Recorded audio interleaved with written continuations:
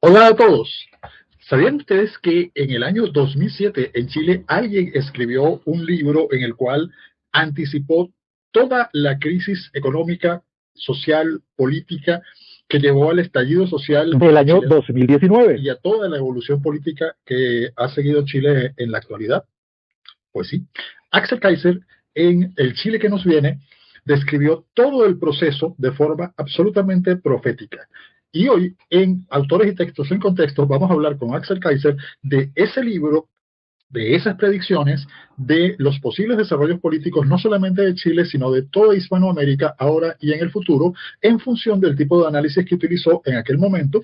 Pero antes, no olvide darnos like, suscribirse al canal y suscribirse a nuestro Patreon para contribuir a que sigamos creando cada vez más y mejores contenidos. Y es por eso que en Autores y Textos en Contexto entrevistamos a Axel Kaiser para hablar del libro El Chile que nos viene, de otra serie de libros del futuro de Chile e Hispanoamérica, de cómo llegamos a esta situación y sobre todo de por qué nunca se desarrolla Hispanoamérica. La primera pregunta, Axel, es El Chile que nos viene. ¿Cómo creaste ese libro de proyecciones acertadas acerca de cuál iba a ser el futuro de Chile y en gran parte del resto del continente? Sí, ese libro, El Chile que viene, efectivamente fue mi primer libro y en él yo anticipaba buena parte de lo que está ocurriendo hoy.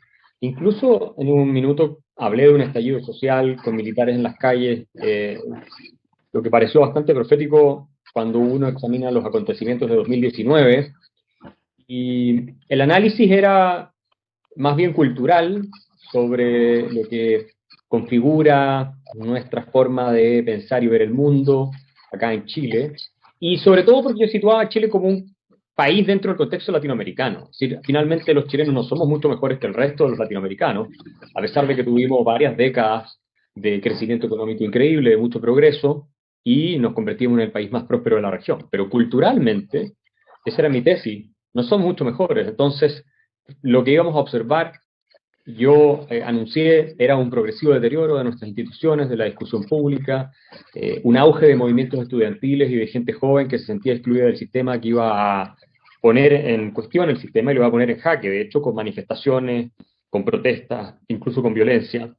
Y, por supuesto, la expansión de un Estado cada vez más proveedor, asistencialista, redistribuidor, que iba a terminar asfixiando el aparato productivo nacional de manos de una élite política cada vez más populista que en algún minuto iba a darle un golpe letal a la fase del crecimiento económico de nuestro país. Y todo eso ha ocurrido absolutamente. Y de hecho, no hay otro libro que se haya escrito en Chile con una profecía tan exacta de lo que estaba ocurriendo, y yo la reforcé con otro libro el año 2009 que se llamaba La fatal ignorancia, que Lo ya recuerdo. con detalle explicaba, ¿no es cierto?, el ataque al sistema de pensiones, al sistema de seguros de salud privado, todo eso que iba a venir, y que vino sobre todo en el segundo gobierno de Michelle Bachelet, que asume antes del gobierno de Piñera, ¿cierto? La retroexcavadora. La retroexcavadora, exactamente. Entonces, la verdad es que si hubiera que celebrar alguna obra que anticipó lo que está ocurriendo en Chile hoy o darle algún premio, me lo debería ganar. Esa es la verdad, estimado amigo. Lo que yo te quería preguntar realmente es cuáles son, en tu opinión, los elementos de esa cultura hispanoamericana eh, que hacen que, por ejemplo, el enorme éxito del modelo chileno sea rechazado y destruido por los chilenos a través de una serie de complejos y versiones muy específicamente hispanoamericanos, que por ejemplo mencionó en su momento, o identificó en su momento muy bien Carlos Rangel. ¿Y hasta qué punto tenemos o no salido? O sea, ¿qué es lo que hay que cambiar en Latinoamérica para que esto salga? Tú, por ejemplo, en Chile hiciste un enorme esfuerzo a partir del hecho de identificar las amenazas que venían. Sí, hice un trabajo importante para evitar también que ganara la izquierda, que terminó ganando Sebastián Piñera y cumplió un mucho peor papel del que jamás habríamos imaginado. Pero ese esfuerzo se hizo, estuve 4 años debatiendo con los principales intelectuales del gobierno de Michelle Bachelet, incluso antes de que ella asumiera, con políticos de izquierda, con funcionarios de gobierno, y así suma y sigue. Y estábamos muy contentos cuando Piñera además ganó por un margen de 10 puntos al candidato socialista de izquierda más dura, que era Alejandro Navarro. Y sin embargo, lo que hemos visto es que de poco sirvió porque el gobierno de Sebastián Piñera no consigue establecer una agenda clara de reformas en la dirección que nosotros queríamos, que era la agenda más bien liberal, para salir del pantano en el que nos había sumido Michelle Bachelet en su gobierno, porque sus reformas trancaron por completo el progreso de Chile. El crecimiento económico y el alza de los salarios desapareció de este país, producto de las reformas socialistas de Bachelet. Le hizo mucho daño, le puso el freno, le alteró parte de sus fundamentos, ¿cierto? Y eso no lo destruyó por completo, pero eso es algo que genera después la crisis social del año 2019. La impresión que me llevé muy fuerte fue que le estaba básicamente atacando a los más pobres, o sea, estaba sacándolos de un modelo que tendía a enriquecerlos, lo cual que no era por accidente, sino por diseño. Es probable que haya algo de diseño. Uno a veces tiende a ser muy ingenuo y piensa que los socialistas y esta gente es ingenua o es ignorante o es bien intencionada y adopta políticas con muy malos resultados, pero la verdad es que es tan evidente que lo que ellos proponen e implementan le arruina la calidad de vida a la gente más pobre, a la que tiene que surgir, que no puede ser pura torpeza. O sea, tiene que haber algo de intención en eso. Y al menos de algunos, ¿no?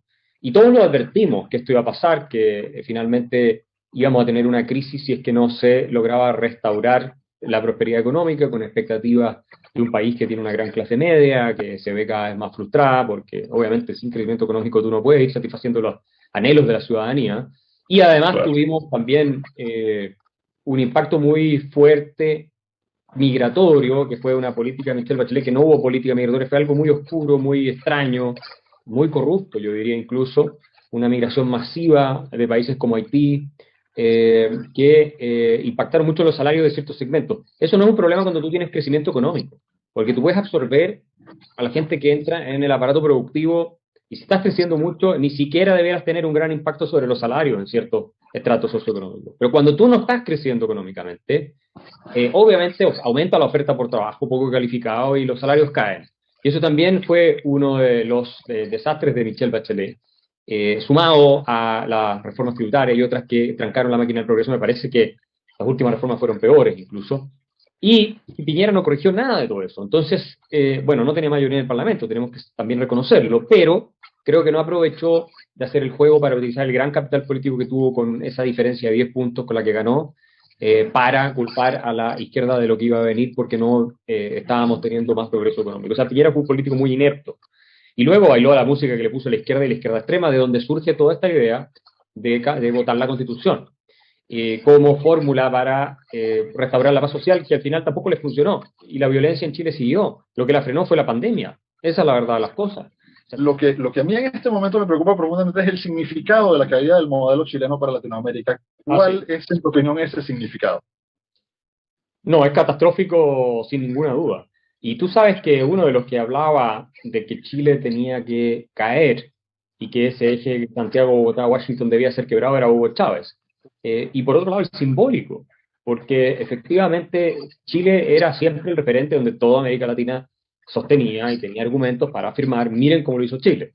Entonces era muy incómodo para las izquierdas latinoamericanas tener un caso de un país también latinoamericano que era tan exitoso. Y eso me parece a mí que fue una de las razones por las que hubo tanto esfuerzo por parte de la izquierda latinoamericana y mundial, porque esto no solamente fue la izquierda latinoamericana, por desprestigiar obviamente el éxito chileno y por promover agendas que terminaran finalmente destruyéndolo por completo.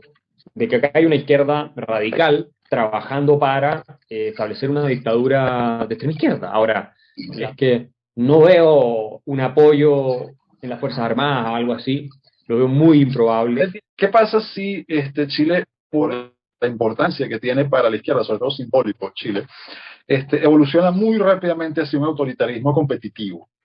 Ah, sí, eso es posible. Siempre estoy argumentando sobre el supuesto de que nosotros vamos a seguir siendo democráticos, pero no necesariamente, o sea, nos podría pasar lo peor también. O sea, nosotros podríamos tener lo que llaman eufemísticamente democracias iliberales, que en realidad son dictaduras electorales, si tú quieres, o regímenes autoritarios, digamos, con liturgia democrática, pero no tiene una esencia democrática y liberal real. Efectivamente, acá, como fue el caso de Bolivia, en Ecuador, finalmente no les resultó todo lo que hubieran querido, pero claramente se cumplió línea. El caso ya de Nicaragua y Venezuela pasaron a las ligas superiores, obviamente, de Sí. control total del poder. O sea, nos podría pasar lo peor también. Ahora, podría haber una reacción, ¿cierto?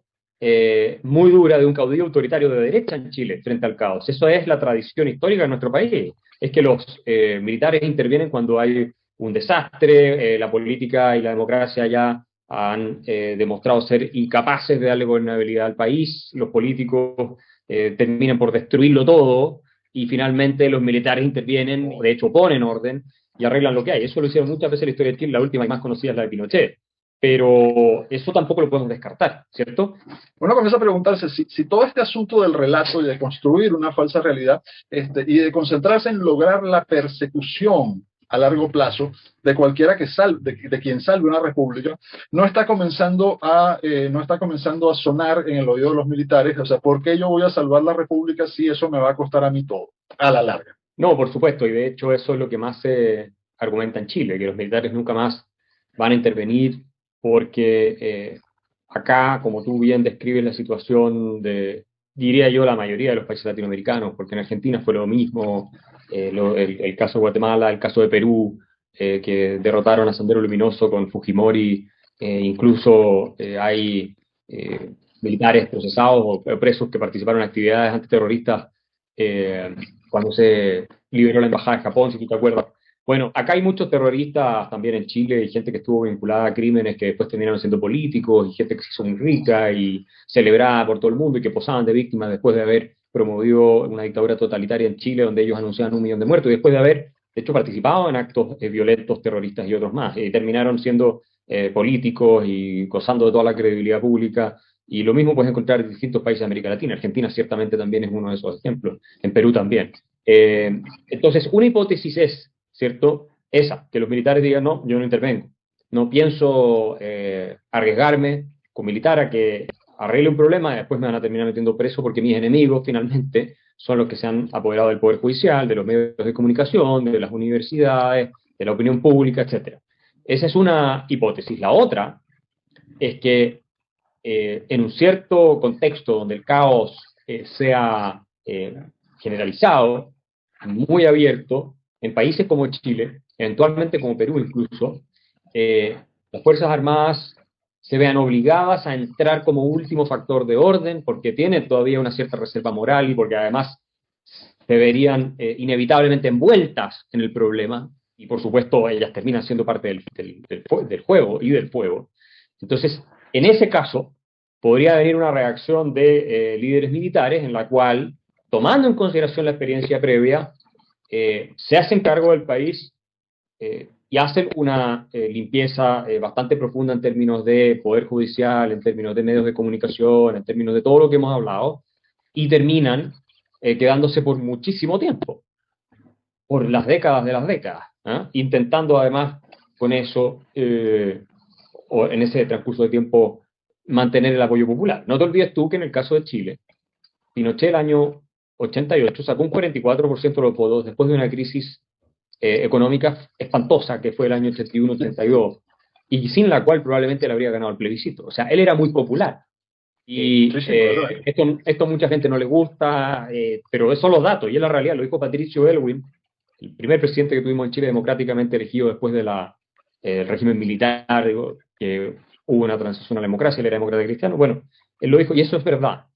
Y por tanto, no sabemos hacia qué lado Guillermo puede saltar o explotar todo esto. Es porque si hubiéramos sido razonables y justos con quienes en plena Guerra Fría finalmente frenaron el avance de guerrillas subversivas, de proyectos totalitarios, de terrorismo, investigar ciertos crímenes que efectivamente ocurrieron, pero por todos los lados, no solo por un lado.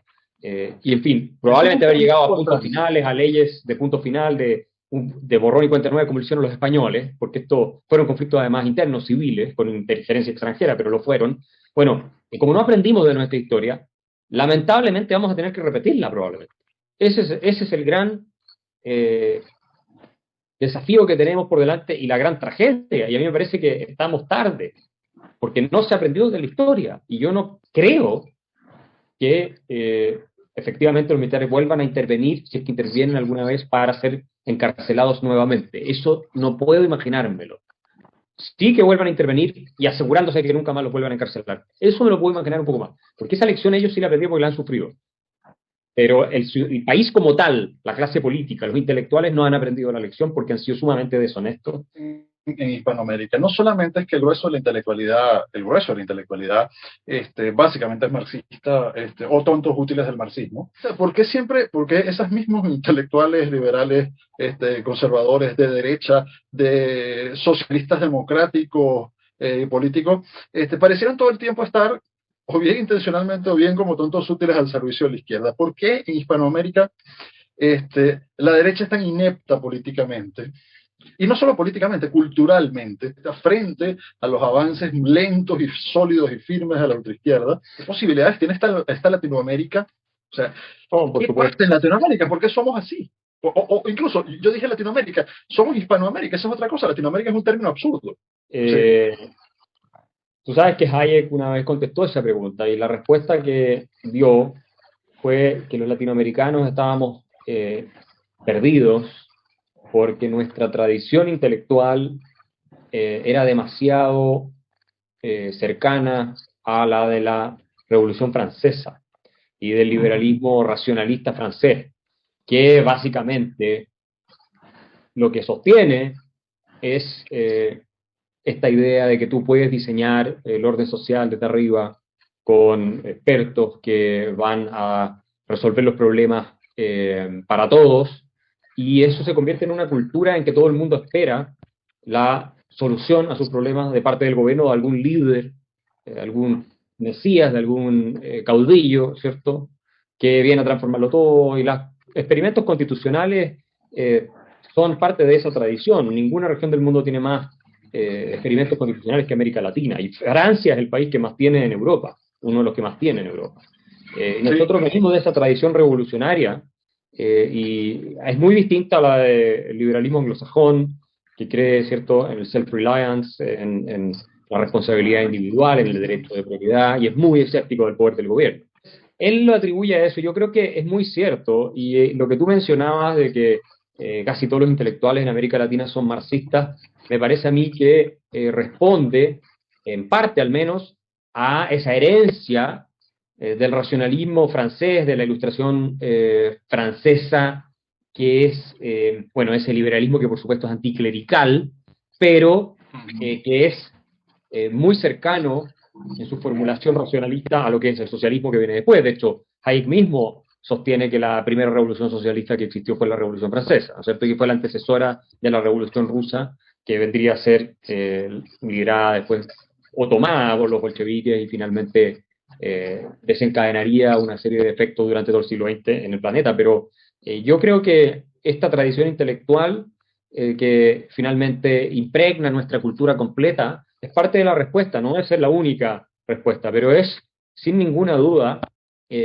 una explicación muy razonable, y también la da Carlos Rangel en el libro El buen salvaje, el buen revolucionario, porque acuérdate que él dice que así como los norteamericanos absorbieron las enseñanzas de John Locke, ¿cierto? Él dice que de la misma forma como los norteamericanos son Locke, nosotros somos Marx, nosotros los latinoamericanos adoptamos durante el siglo XX las ideas marxistas como el credo que abrazamos de manera casi incondicional, y es ahí donde, bueno, viene toda esta teoría de que se convierte el buen revolucionario que busca restablecer ese orden perdido supuestamente por los conquistadores y toda esa historia. Y es muy interesante porque si tú te metes en la enciclopedia, Stanford Encyclopedia of Philosophy, tú buscas Latin American Philosophy, te dicen que en ninguna región del mundo los temas marxistas son más presentes que en la tradición filosófica latinoamericana. Y por supuesto que eso tiene efecto sobre toda la opinión pública, sobre todo lo que hacemos. Y dicen que Gramsci es particularmente relevante en la historia del pensamiento y de la acción política latinoamericana.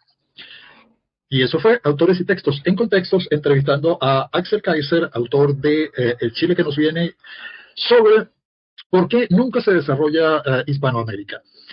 Si le gustó este y el resto de nuestros contenidos, no olvide suscribirse al canal, darnos like, darle clic a la campanita y lo más importante, suscribirse de nuestro Patreon para contribuir a que sigamos creando cada vez más y mejores contenidos. Nos estaremos viendo en el próximo video.